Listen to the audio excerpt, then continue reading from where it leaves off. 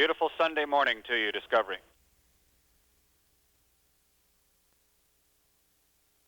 And good morning from Discovery.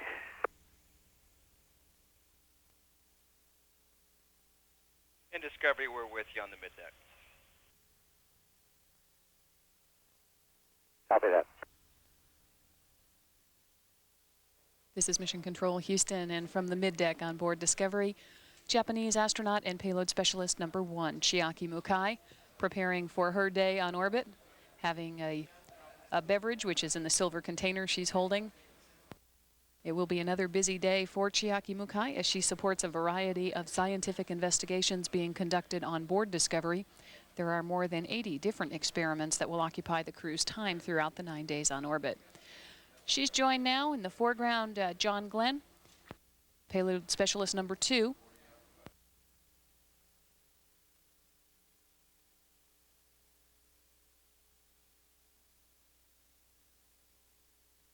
And floating into view now, Pedro Duque, the first Spanish national to fly in space. Pedro Duque is mission specialist number 3, and in the upper right-hand portion of this view now, mission specialist number 1, Steve Robinson. He will be operating the shuttle's robot arm today when that 50-foot arm is used to deploy the Spartan spacecraft to begin 48 hours of solar observations.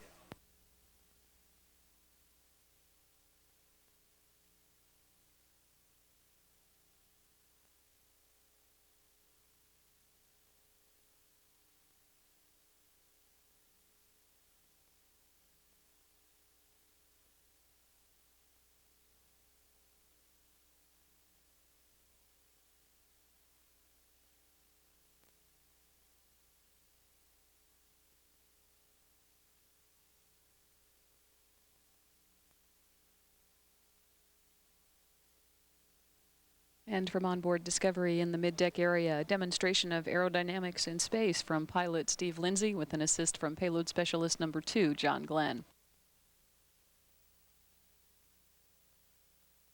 This view from the end effector camera on the shuttle's 50-foot-long robot arm as it is being maneuvered into position by astronaut Steve Robinson on board Discovery, ready to grapple the Spartan spacecraft and then release it to begin its 2 days of solar observations.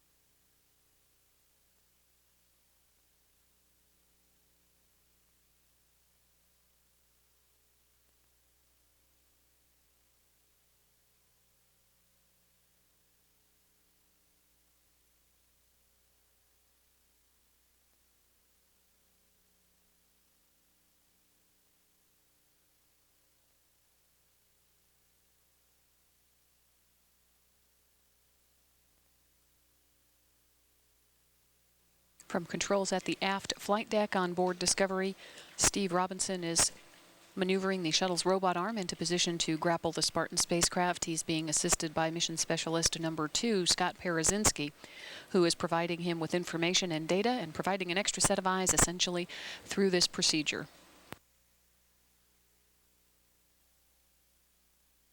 Discovery Houston, no response required. We will be intermittently off the tail until MET 2225.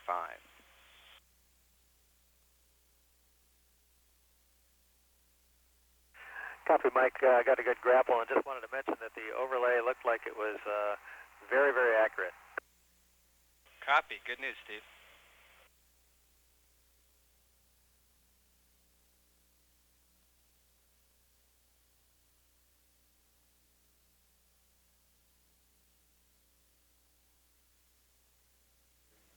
And mission specialist Steve Robinson on board Discovery at the aft flight control station is in the process of unberthing the Spartan spacecraft.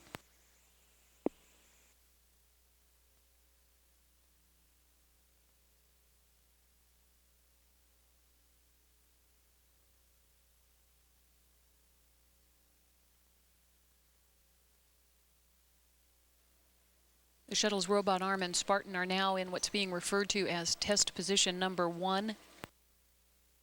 That to provide An opportunity to test the Video Guidance System, or VGS. This is the checkout of a series of targets that are mounted on the structure.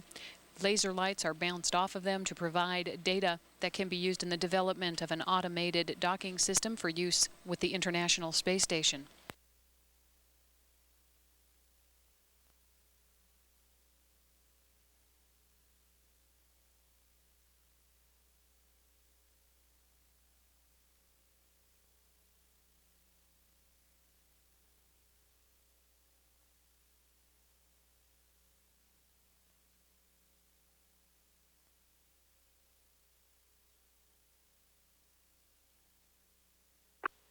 Affirmative. Good picture of Okay, and Spartan. this is just prior to the release. You'll see D1 here, and then pretty soon D2, and you'll see Steve Robinson pull the arm away. There he goes.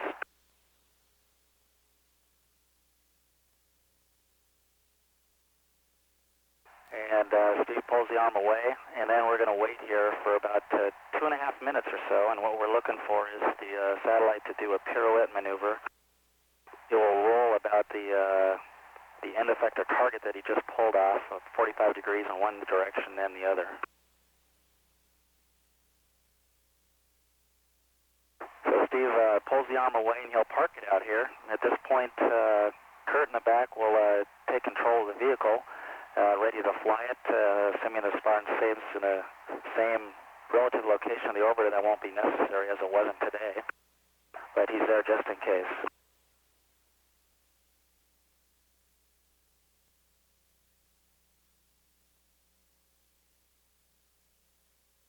And if you can see the bright reflection off the target that he just pulled off of, the correct attitude for deployment, the sun is actually pointing directly at that target. So that's why you see the bright reflection on the white surface there.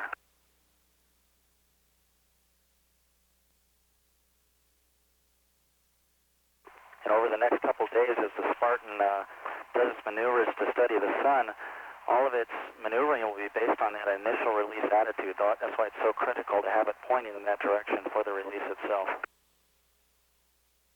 And you can see the pirouette now starting. It's going to rotate 45 degrees, and then you'll see it stop.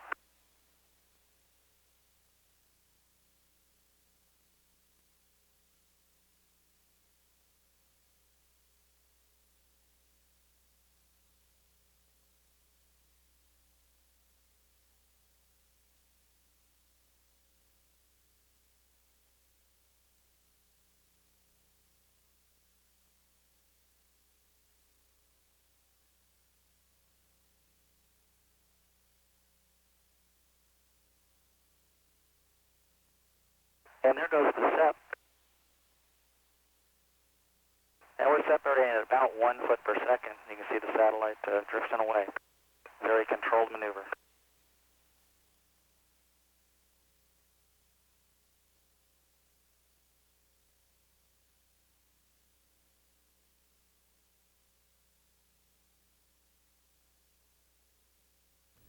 Senator, you've been up there now for 3 days and 3 nights.